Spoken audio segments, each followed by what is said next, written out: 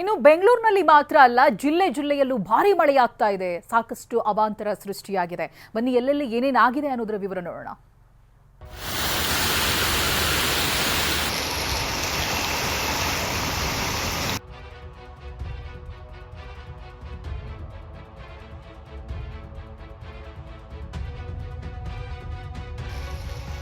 ಮೈಸೂರಲ್ಲಿ ಬಿರುಗಾಳಿ ಸಹಿತ ಮಳೆ, ಮರ ಬಿದ್ದು ಕಾರು ಜಖಂ.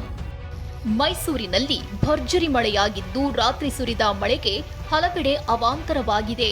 ಚಾಮರಾಜಪುರಂನಲ್ಲಿ ಗಾಳಿ ಮಳೆಗೆ ಮರದ ಕೊಂಬೆಗಳು ಬಿದ್ದು ಕಾರು, ಬೈಕ್ ಜಖಂ ಆಗಿದೆ.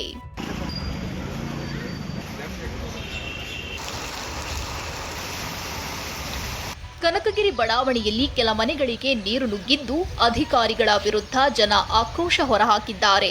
ಇನ್ನು ಹುಣಸೂರು ತಾಲೂಕಿನ ಕೊಳಘಟ್ಟ ಗ್ರಾಮದಲ್ಲಿ ಕರಗಮ್ಮ ಎಂಬುವರ ಮನೆಯ ಛಾವಣಿ ಕುಸಿತವಾಗಿದೆ. ಮನೆಯಲ್ಲಿದ್ದವರು ಕೂಡಲೇ ಓಡಿ ಬಂದಿದ್ದಾರೆ. ಅದೃಷ್ಟವಶಾತ್ ಪ್ರಾಣಾಪಾಯದಿಂದ ಪಾರಾಗಿದ್ದಾರೆ.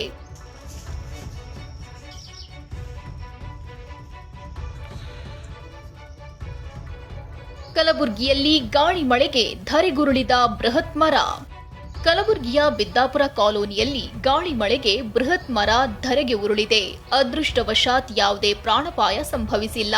ರಸ್ತೆ ಮೇಲೆ ಬಿದ್ದ ಮರವನ್ನ ಪಾಲಿಕೆ ಸಿಬ್ಬಂದಿ ತೆರವು ಮಾಡಿದ್ದಾರೆ.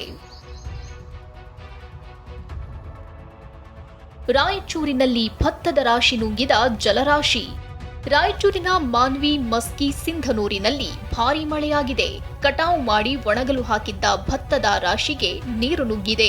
ಕಳೆದ 6 ತಿಂಗಳಿಂದ ಕಷ್ಟಪಟ್ಟು ಬೆಳೆದಿದ್ದ ಭತ್ತ ಕಣ್ಣ ಮುಂದೆಯೇ ಹಾಳಾಗಿದೆ. ಮಳೆ ನೀರು ನುಗ್ಗಿ ಭತ್ತ ಮೊಳಕೆ ಒಡೆಯುವ ಸ್ಥಿತಿ ನಿರ್ಮಾಣವಾಗಿದ್ದು ರೈತರು ಕಂಗಾಲಾಗಿದ್ದಾರೆ.